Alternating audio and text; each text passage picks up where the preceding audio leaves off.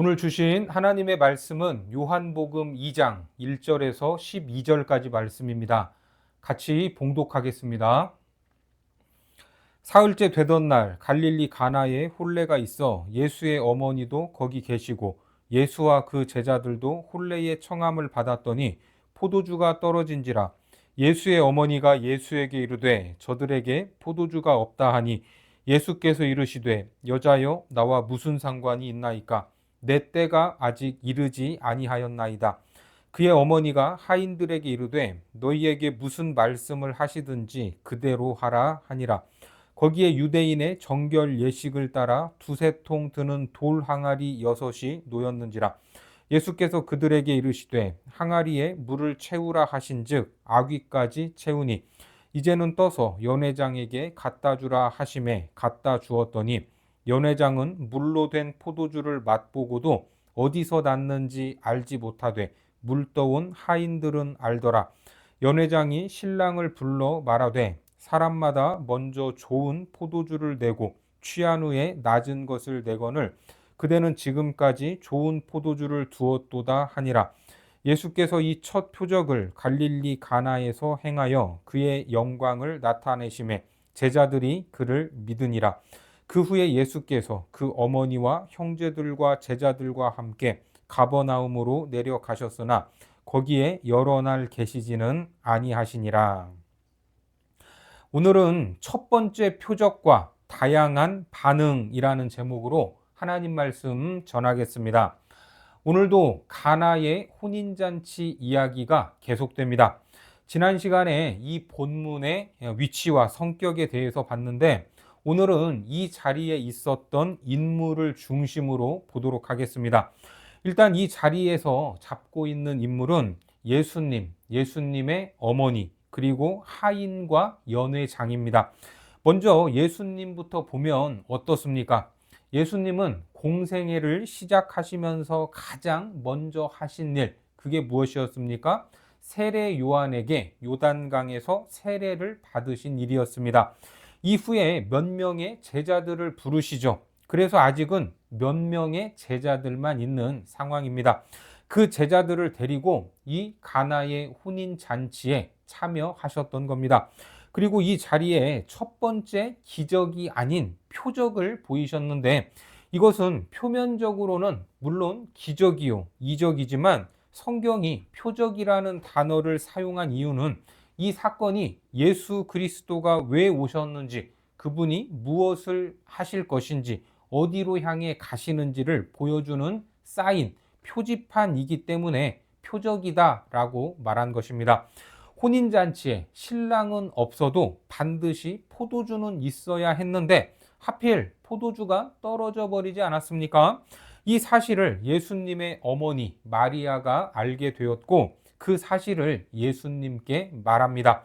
3절과 4절에 보면 포도주가 떨어진지라 예수의 어머니가 예수에게 이르되 저들에게 포도주가 없다 하니 예수께서 이르시되 여자여 나와 무슨 상관이 있나이까?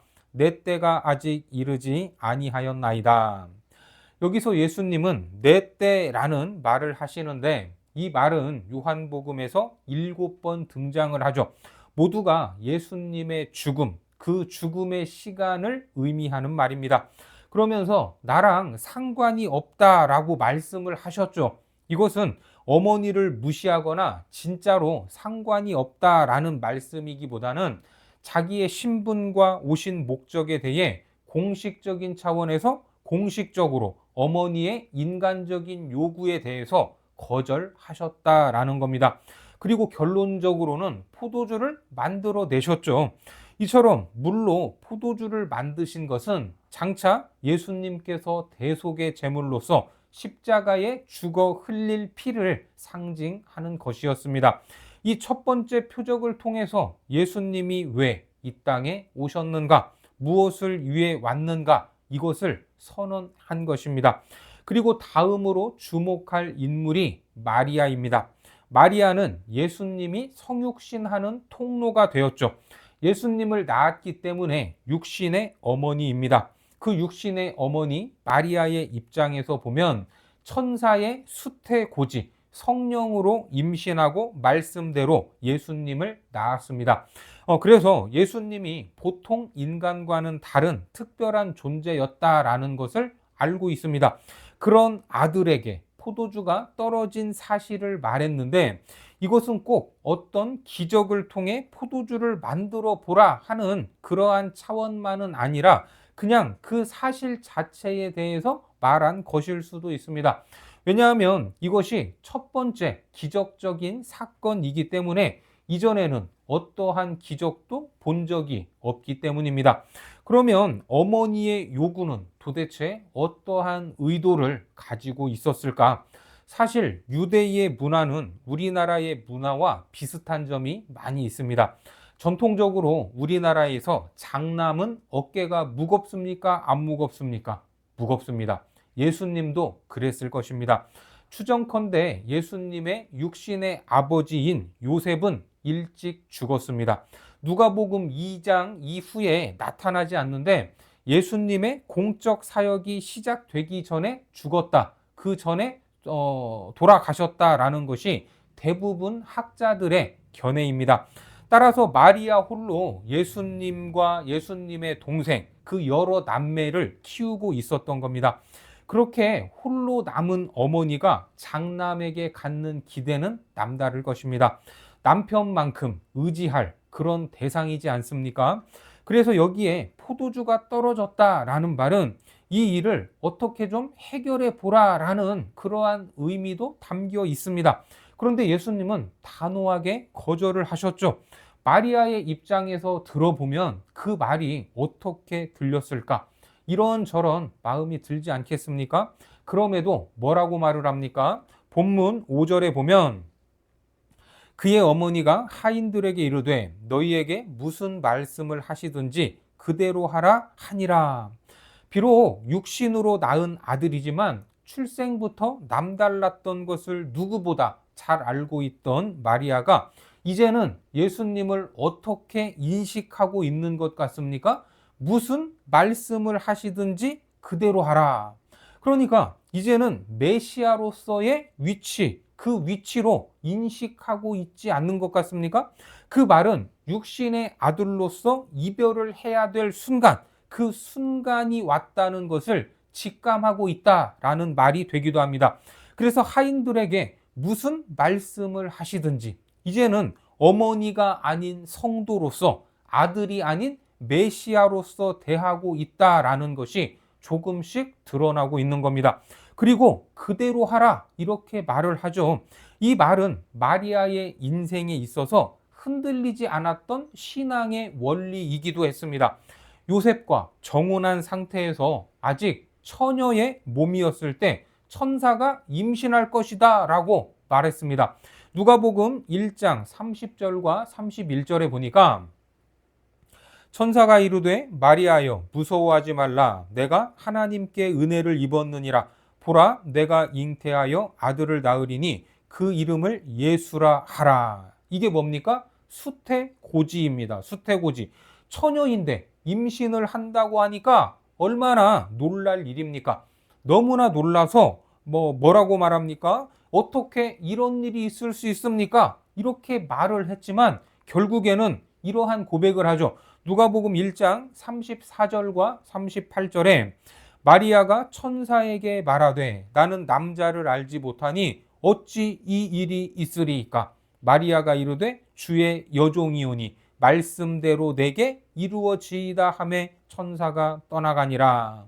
그 말씀대로 이루어져도 좋다라는 이 말은 그 시대의 율법을 봤을 때 자기 목숨을 거는 결단이었습니다.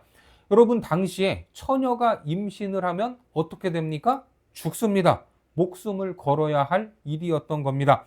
그러니까 당시 요셉이나 마리아의 나이가 겨우 20살 전후의 나이로 젊고 어렸지만 구약의 율법, 그 메시아에 대한 이해, 구약에서 말하는 메시아에 대한 기대가 있었다라는 말입니다.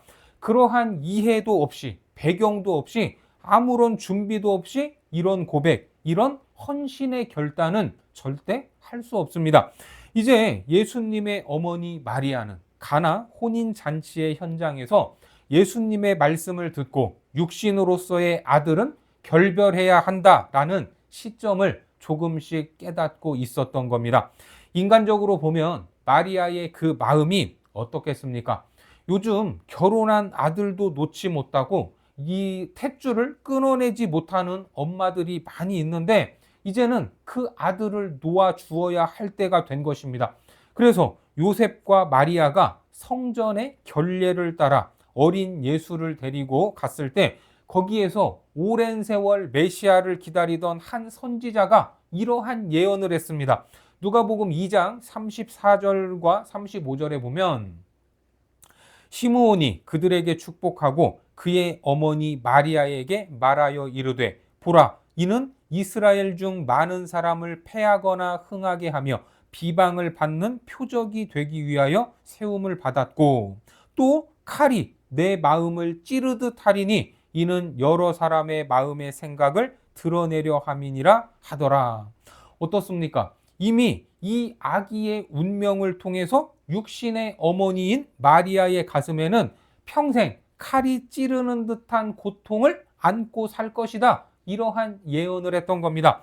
오늘 본문에서도 예수님이 여자여 라고 말을 하셨는데 이 말은 십자가 위에서 운명하시기 직전에 또 한 번 했던 적이 있습니다. 요한복음 19장 26절과 27절에 예수께서 자기의 어머니와 사랑하시는 제자가 곁에 서 있는 것을 보시고 자기 어머니께 말씀하시되 여자여 보소서 아들이니이다 하시고 또 그 제자에게 이르시되 보라 내 어머니라 하신대 그때부터 그 제자가 자기 집에 모시니라. 예수님이 십자가에 달려있는 모습을 보는 어머니 마리아의 심정이 어떻겠습니까? 그 가슴에 칼이 찔려 들어오는 현장, 그 현장이 바로 십자가의 현장이었을 것입니다.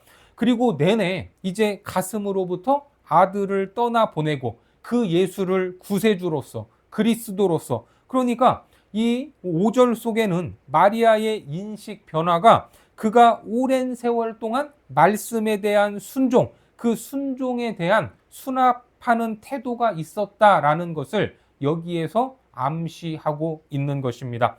자, 이것으로 마리아를 이제 보고 다음으로 하인들을 보겠습니다. 하인들 7절을 보겠습니다. 7절 예수께서 그들에게 이르시되 항아리에 물을 채우라 하신즉 아귀까지 채우니 하인들은 예수님의 명령에 성실하게 반응을 했습니다. 물을 아귀까지 돌 항아리 6개에 물을 아귀까지 채우는데 이 혼인잔치 바쁜 이 와중에 반만 채우거나 채우면서 이게 무슨 짓이냐고 이미 손님들은 다 손발을 씻었는데 여기에 물을 왜 채우냐 이렇게 불평할 수도 있었지만 아무 말 없이 예수님의 말씀대로 그 명령대로 아귀까지 물을 꽉꽉 채웠던 것입니다.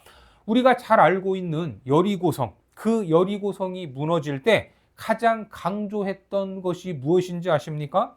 여호수아 6장 10절에 보면 여호수아가 백성에게 명령하여 이르되 너희는 외치지 말며 너희 음성을 들리게 하지 말며 너희 입에서 아무 말도 내지 말라. 그리하다가 내가 너희에게 명령하여 외치라 하는 날에 외칠지니라 하고. 여러분, 이런다고 이 성이 무너지겠냐? 이게 무슨 짓이냐? 바쁜데 뭘 시킨 거야? 포도주가 없는데 왜 여기에 물을 채우는 거지? 이런 말을 할 수 있습니까? 없습니까? 할 수 있습니다. 충분히 그럴 수도 있습니다. 하지만 하인들은 성실했고 말하지 않았습니다. 말했다라고 성경이 말씀하지 않잖아요. 그리고 무엇을 알게 됩니까? 본문 9절에 보면 연회장은 물로 된 포도주를 맛보고도 어디서 났는지 알지 못하되 물떠온 하인들은 알더라. 연회장이 신랑을 불러. 이 하인들에 대해서는 여기까지 말씀하고 있습니다. 기적을 경험했고 그 일이 어떻게 일어났는지 모든 과정을 생생히 지켜본 목격자였던 것입니다. 그리고 마지막으로 이 놀라운 기적을 경험하면서도 그게 뭐가 뭔지 몰랐던 사람이 나옵니다. 그게 누굽니까? 방금 읽었던 말씀에 나왔던 연회장입니다. 연회장. 8절에서 10절까지를 보겠습니다. 이제는 떠서 연회장에게 갖다 주라 하심에 갖다 주었더니 연회장은 물로 된 포도주를 맛보고도 어디서 났는지 알지 못하되 물떠온 하인들은 알더라. 연회장이 신랑을 불러 말하되 사람마다 먼저 좋은 포도주를 내고 취한 후에 낮은 것을 내거늘 그대는 지금까지 좋은 포도주를 두었도다 하니라. 자, 여기에 보면 연회장이라고 하니까 여기가 마치 이 잔치가 열린 장소가 우리식으로 하면 연회장 아닙니까? 그런데 성경에서 이 연회장은 이 연회를 주관하는 사람입니다. 사람. 그 사람에게 갖다 줬더니 물로 된 포도주를 맛보고서 어디서 났는지 알지 못했다라고 말씀합니다. 어떻습니까? 이 연회장, 이 사람은 같은 날, 같은 장소에서 같은 시간에 같은 사건을 경험하고 있습니다. 심지어 물로 만들어진 포도주까지 맛을 보고 이것이 좋은 맛이다라고 품평까지 했습니다. 그런데 그것이 어디서 났는지 알지 못하되, 이 말은 아주 중요한 말입니다. 어디서 났는지 모른다. 오늘날에도 기적을 경험하면서 그것이 기적인지 뭔지 모르는 사람들이 있습니다. 여러분들은 이 한 주를 지나면서 기적을 경험하셨습니까? 주님이 위기에서 건지시고 하루를 살아갈 힘을 주시고 내일의 소망을 갖게 하신 것, 사실 이거 자체가 기적입니다. 이스라엘은 광야에서 매일 아침 하늘에서 내리는 만나를 먹고 살았습니다. 그뿐만이 아니죠. 신명기 29장 5절에 보니까 주께서 40년 동안 너희를 광야에서 인도하게 하셨거니와 너희 몸의 옷이 낡아지지 아니하였고 너희 발의 신이 헤어지지 아니하였으며, 40년 동안 옷이 낡아지지 않았고 신발도 헤어지지 않았습니다. 매일매일이 기적의 현장이었던 겁니다. 그런데 불평과 원망을 매일매일 늘어놓았습니다. 매일 기적을 경험하면서도 지금 이 예배를 드리는 것도 사실 기적인 줄 믿으시기 바랍니다. 그리고 누가 남았습니까? 전면에 나서지도 않고 소개되지도 않은 인물이 있는데 바로 제자들입니다. 분명히 이 잔치에 예수님은 제자들과 함께 오셨습니다. 2절에 보니까 예수와 그 제자들도 혼례의 청함을 받았더니, 그런데 이 혼인 잔치에 일어난 이야기를 설명할 때 제자들은 나타납니까? 나타나지 않습니까? 나타나지 않습니다. 어디에서 나오냐면 결론에 나옵니다. 결론. 11절을 봅니다. 예수께서 이 첫 표적을 갈릴리 가나에서 행하여 그의 영광을 나타내심에 제자들이 그를 믿으니라. 여러분, 이 구절을 놓고 보면 이 첫 번째 표적을 통해서 제자들이 믿게 하려고 행하신 것처럼 보입니까? 안 보입니까? 그렇게 보이죠. 여기 나오는 제자들은 1장에 나오는 제자들입니다. 요한복음 1장 40절과 41절에 보니까 요한의 말을 듣고 예수를 따르는 두 사람 중에 하나는 시몬 베드로의 형제 안드레라. 그가 먼저 자기의 형제 시몬을 찾아 말하되 우리가 메시아를 만났다 하고, 메시아는 번역하면 그리스도라. 여기서 우리가 메시아를 뭐라고요? 만났다, 이렇게 표현을 하고 있습니다. 만난 것은 믿는 것은 아니죠. 다시 요한복음 1장 45절을 보겠습니다. 빌립이 나다나엘을 찾아 이르되 모세가 율법에 기록하였고 여러 선지자가 기록한 그 일을 우리가 만났으니 요셉의 아들 나사렛 예수니라. 여기에서도 율법에 기록된 그분을 만났다고 하면서 믿는다, 그분을 믿을 만하다, 이런 말을 하지 않았습니다. 이렇게 만난 제자들, 그들을 데리고 혼인잔치에 오셨고, 가나의 혼인잔치의 이야기는 제자들이 믿었더라는 말로 결론이 나고 있습니다. 그러니까 예수님께서 제자들을 데리고 가나 혼인잔치에 참석하신 의도는 첫 번째, 이 표적을 통해서 자신을 드러내시고 공생애의 사역, 그 방향이 무엇인지를 보이시는 것이었지만 결론은 제자들의 믿음 때문이었습니다. 그런데 여기서 또 주목할 것이 있는데 제자들이 무엇을 보고 믿었느냐 하는 겁니다. 표적입니까? 다시 11절을 보겠습니다. 자, 자세히 읽어보십시오. 예수께서 이 첫 표적을 갈릴리 가나에서 행하여 그의 영광을 나타내심에 제자들이 그를 믿으니라. 예수님이 표적을 행하셨고 거기에서 뭐가 나타났어요? 그분의 영광이 나타났습니다. 그 영광을 보고 믿은 것입니다. 그러면 영광은 무엇인가? 영광은 구약에서부터 이어져 내려오는 것으로 다양하게 정의할 수 있지만 요한복음에서의 영광은 예수님이 십자가를 향하여 가는 길, 그것을 영광이다 이렇게 말합니다. 그 영광에 대해서 영적인 눈이 열리면서 제자들이 만났던 예수님, 율법에서 말한 메시아를 이제 어떻게 하는 거예요? 만난 분으로 머물지 않고 그분을 믿게 되었던 것입니다. 그렇게 가나의 혼인 잔치는 결론이 내려지는 겁니다. 오늘날 교회 안에도 다양한 사람들이 있습니다. 한 사건에 대해서 각자 의견을 달리하고 그 사건을 통해서 어떤 사람은 믿음이 강해지는 반면에 어떤 사람은 그 사건이 있었는지도 몰라요. 그리고 어떤 사람은 그 일로 인해서 시험에 빠지기도 합니다. 오늘 나오는 마리아, 하인들, 연회장, 제자들이 그랬던 것 같습니다. 하지만 마리아나 하인들이나 제자들이나 지금 이 현장에서 온전한 믿음을 가졌다 이렇게 말할 수 있습니까? 그렇진 않습니다. 이전보다 조금 더 진전했을 뿐입니다. 그러니까 가나 혼인 잔치의 결론으로 제자들이 예수를 믿으니라 했다고 해서 이것이 완성된 믿음은 아닙니다. 제자라는 것은 장차 이 땅에 세워질 교회의 기초인데 지상교회 안에 얼마나 문제가 많이 있습니까? 그렇게 오늘날 교회에도 문제가 많이 있지만 그리스도의 몸인 교회를 통해서 하나님은 그 백성들을 여전히 불러 모으고 계시고 그 안에서 믿게 만드는 것입니다. 조금씩 이런저런 일을 겪으면서 영적인 눈이 열리게 된다라는 말입니다. 요한복음 20장 30절과 31절에 보니까 예수께서 제자들 앞에서 이 책에 기록되지 아니한 다른 표적도 많이 행하셨으나 오직 이것을 기록함은 너희로 예수께서 하나님의 아들 그리스도이심을 믿게 하려 하며 또 너희로 믿고 그 이름을 힘입어 생명을 얻게 하려 함이니라.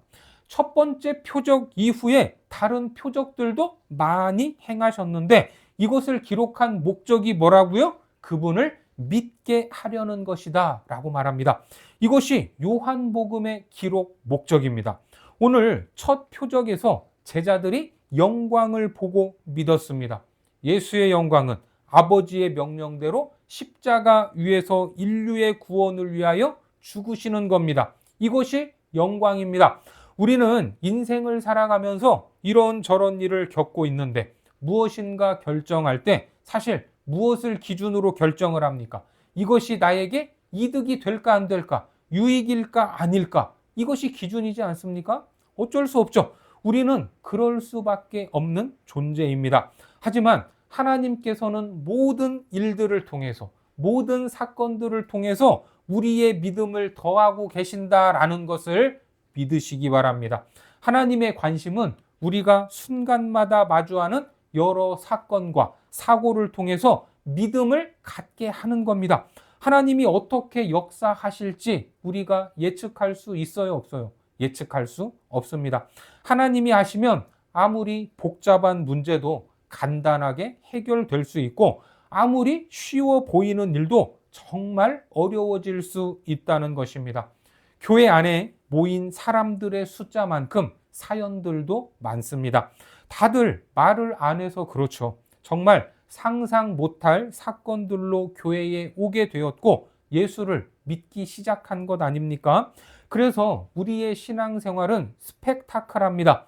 롤러코스터를 타듯 위로 치솟았다가 곤두박질 치기도 하고 옆으로 돌고 한두 바퀴 뒤집어지고 그 결말을 안다면 얼마나 재미있는 일입니까? 그것은 우리로 믿게 하는 것이고 예수의 생명을 얻게 하는 것입니다. 그래서 우리는 지금 내 믿음이 어느 정도인가, 그 수준이 어떠한가를 생각해야 합니다. 다시 말하면 하나님과 나는 얼마만큼 가까이 있는가, 이 문제일 것입니다. 우리가 마주하는 모든 상황을 즐기시기 바랍니다. 결혼식에서 포도주가 떨어진 것과 같은 위기를 만났을 때 하나님이 어떻게 역사하실지 기대하시기 바랍니다. 그 일을 통해 우리의 믿음이 더욱더 커지고 예수의 생명을 더 풍성히 누리시기를 바랍니다. 이 일이 나에게 이득인가 손해인가, 해결될 것인가 안 될 것인가, 사실 이것은 중요하지 않습니다. 그 일을 통해서 하나님께 한 걸음 더 가까이 나아갔다면, 그 일을 놓고 하나님의 보좌 앞으로 나아갔다면 그것으로 성공한 겁니다. 그것으로 족한 것입니다. 우리도 알지 않습니까? 인간은 그리 대단한 존재가 아닙니다.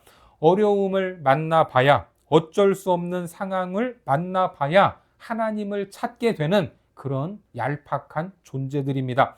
그런 일을 통해서 하나님이 우리의 믿음을 강하게 하실 것입니다.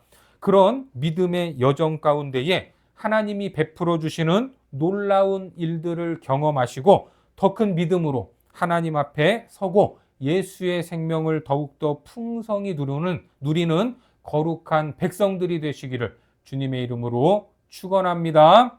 기도하겠습니다. 하나님, 우리 삶에 베풀어 주시는 놀라운 은혜를 얼마나 인식하고 그 앞에서 감사하는지 돌아보기를 원합니다. 특별히 우리가 만나는 모든 상황 속에서 믿음으로 반응하게 하여 주옵소서. 한 걸음 더 전진하게 하시고 주의 보좌 앞으로 나아가게 하셔서 우리에게 주신 예수의 생명을 더욱 풍성히 누리며 살아가는 복된 백성들 되게 하여 주옵소서. 예수님의 이름으로 기도드립니다. 아멘.